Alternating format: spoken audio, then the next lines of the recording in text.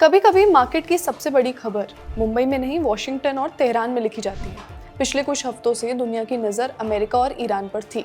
डर ये था कि अगर स्ट्रेस बढ़ा तो तेल की सप्लाई इफेक्ट होगी, क्रूड ऑयल महंगा होगा, महंगाई बढ़ेगी और दुनिया भर के बाजारों में बेचैनी भी बढ़ेगी।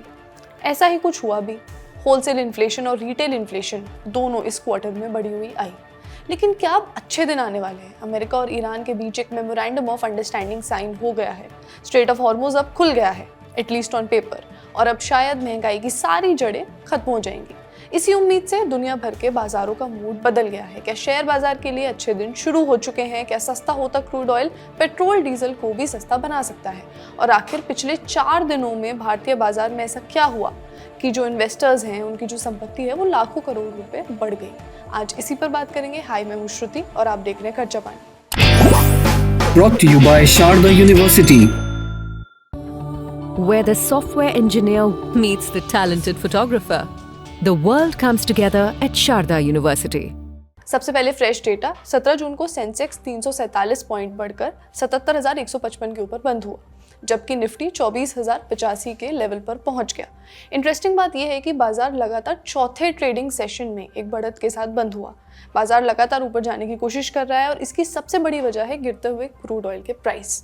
ब्रेंट क्रूड अब $80 प्रति बैरल के नीचे आ चुका है और करीब $79 के आसपास ट्रेड कर रहा है। कुछ ही दिन पहले यही तेल $100 के करीब पहुंच गया था। यहीं से पूरी कहानी शुरू होती है, क्योंकि भारत दुनिया के सबसे बड़े क्रूड ऑयल इंपोर्टर्स में से एक है। हम अपनी ज़रूरत का 80 से 85% क्रूड ऑयल इंपोर्ट करते हैं, मेजॉरिटी। इसीलिए तेल महंगा होता है तो भारत की चिंता सबसे पहले बढ़ जाती है। तेल सस्ता होता है तो भारत को राहत मिलती है।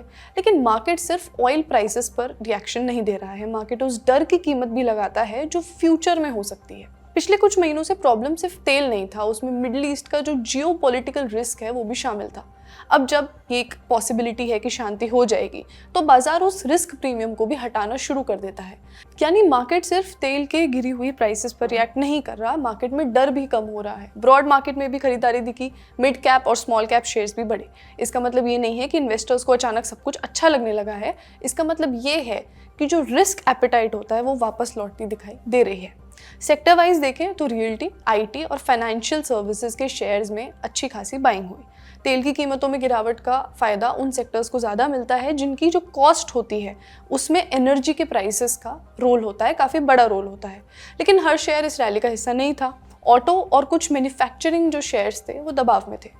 यही वजह है कि बाजार को सिर्फ सेंसेक्स और निफ्टी से समझना हमेशा इनफ नहीं होता। इंडेक्स ऊपर सही दिखा सकता है, लेकिन उसके अंदर और भी कहानियाँ चल रही होती हैं। अब जरा रुपए की बात करते हैं। क्रूड ऑयल गिरने के बाद रुपया भी मजबूत हुआ। 17 जून को रुपया दिन में 94.29 प्रति डॉलर तक पहुंचा और बाद में लगभग 94.5 के आसपास बंद हुआ। जब भारत को तेल खरीदने के लिए कम डॉलर खर्च करने पड़ते हैं तो डॉलर की मांग थोड़ी कम होती है, इससे रुपए पर दबाव घटता है। अब यहाँ एक सवाल आता है कि क्या इससे भारत की अर्थव्यवस्था को भी फायदा होगा या सिर्फ शेयर बाजार ही खुश है? क्योंकि कई बार ये सवाल आता है कि क्या शेयर बाजार ही इकोनॉमी की हालत बताता है? Is it a right picture? कई अर्थशास्त्रियों ने कहा है कि अगर ये शांति लंबे समय तक बनी रहती है तो भारत का जो इम्पोर्ट बिल है वो कम हो सकता है। उससे करेंट अकाउंट डेफिसिट पर भी प्रेशर कम हो सकता है, इन्फ्लेशन कम हो सकती है और रुपए को भी सपोर्ट मिल सकता है, एक चेन रिएक्शन की तरह। करेंट अकाउंट डेफिसिट यानी कैड, CAD, विदेशों से आने वाले और विदेश में जाने वाले पैसे में जो अंतर होता है वो। भारत जितना ज़्यादा तेल महंगे दाम पर खरीदेगा, CAD उतना ही बढ़ेगा। ये एक फंडामेंटल मेजर होता है ये पता लगाने के लिए कि हमारा जो बाहर से इम्पोर्ट एक्सपोर्ट है उसकी देश में क्या सिचुएशन है। और यही वजह है कि तेल की हर बड़ी खबर भारतीय अर्थव्यवस्था के लिए इम्पॉर्टेंट होती है। लेकिन क्या इसका मतलब ये है कि अब पेट्रोल और डीजल भी सस्ता हो जाएगा? पेट्रोल और डीजल की कीमत जो होती है वो सिर्फ क्रूड ऑयल के प्राइसेस से तय नहीं होती, उसमें टैक्स, रिफाइनिंग, ट्रांसपोर्ट और मार्केटिंग की भी कॉस्ट शामिल होती है। इसीलिए क्रूड के $90 से $79 पर आने का मतलब ये नहीं है कि अगले हफ्ते पेट्रोल पंप पर कीमतें घट जाएंगी। हाँ, अगर तेल की कीमतें लंबे समय तक नीचे बनी रहती हैं तो सरकार और ऑयल कंपनीज के पास कीमतों को रिकंसिडर करने की एक अच्छी गुंजाइश होगी। अब मार्केट तो खुश है, लेकिन ये रैली कब तक चलेगी?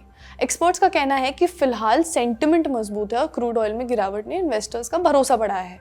लेकिन इस ऑप्टिमिज्म की सबसे बड़ी शर्त यही है कि अमेरिका ईरान जो समझौता है वो आगे बढ़े और तेल की एक्स्ट्रा सप्लाई वास्तव में जो बाजार में है वहां तक पहुंचे। यानी बाजार अभी फैक्ट्स पर नहीं, एक्सपेक्टेशंस पर ट्रेड कर रहा है। और बाजार की यही एक खूबी भी होती है और यही सबसे बड़ा रिस्क भी होता है कि वो एक्सपेक्टेशंस पर भी इतने बड़े चेंजेस दिखा देता है। अगर आप सिर्फ शेयर बाजार को देखें तो लगेगा कि मिडिल ईस्ट की सिचुएशन तो लगभग ठीक हो गई है, लेकिन ज़मीन पर पिक्चर थोड़ी अलग है। मतलब या फिर कहें कि ओशन में, समंदर में पिक्चर थोड़ी अलग है। दुनिया के सबसे बड़े शिपिंग रूट्स में से एक स्ट्रेट ऑफ हॉर्मुज अभी भी पूरी तरह नॉर्मल नहीं हुआ है। America Iran memorandum of understanding जो हुआ है उसके बाद तेल बाजार ने तो बताया कि थोड़ी राहत है, लेकिन जो शिपिंग कंपनीज हैं वो अभी भी बहुत ज़्यादा सावधानी बरत रही हैं। कई जहाज़ मालिक और ऑपरेटर इंतजार कर रहे हैं कि समझौता सिर्फ कागज़ पर नहीं बल्कि समुद्र में भी दिखाई दे। क्यों? क्योंकि उनके लिए सवाल सिर्फ ये नहीं है कि समझौता हुआ या नहीं, सवाल ये है कि क्या रास्ता पूरी तरह सुरक्षित है, क्या वॉर रिस्क का जो इंश्योरेंस प्रीमियम है वो वापस नॉर्मल हो पाएगा, क्या जहाज़ बिना सिक्योरिटी की चिंताओं के उस रास्ते से गुजर पाएंगे। फिलहाल तेल नीचे है, रुपया रिलेटिवली मजबूत है और भारतीय शेयर बाजार ने राहत की सांस ली है। आप इस बारे में क्या सोचते हैं, हमें कमेंट्स में बताएं। आज का खर्चा पानी यहीं तक। अपना ख्याल रखिए और देखते रहिए द लर्निंग टॉप। शुक्रिया।